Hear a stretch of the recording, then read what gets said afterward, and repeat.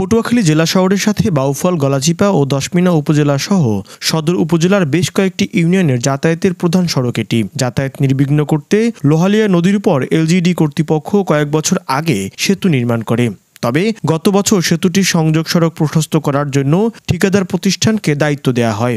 চুক্তি অনুযায়ী গত 14 নভেম্বর নির্মাণ কাজ শেষ হওয়ার কথা ছিল, কিন্তু আদালতের নিষেধাজ্ঞার কারণে মাঝপথে কাজ বন্ধ হয়ে যায়। প্রকল্পের মেয়াদ বাড়ানো হয়েছে আরও 3 মাস।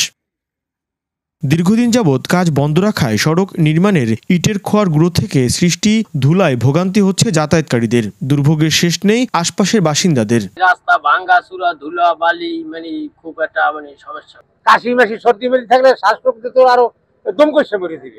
2-3 দিন এভাবে অ্যাক্সিডেন্টও হয়েছে। নতুন গাড়ি নামে আমরা শান্তিতে চালাতে পারতেছি না। স্থানীয় সরকার প্রকৌশল বিভাগে নির্বাহী প্রকৌশলী জানিয়েছেন, আদালতে নিষেধাজ্ঞা প্রত্যাহার হলেই সড়কটি নির্মাণের কাজ আবার শুরু হবে। আদালতে নিষেধাজ্ঞা থাকার কারণে আমরা আপাতত এটা বন্ধ রাখছি। এটা উঠে গেলেই, নিষেধাজ্ঞা উঠে গেলে আমরা এটা আবার কাজ শুরু করব। জনদুর্ভোগ কমাতে দ্রুত সড়কটি নির্মাণ কাজ শেষ করতে সরকার কার্যকর উদ্যোগ নেবে বলে প্রত্যাশা স্থানীয়দের।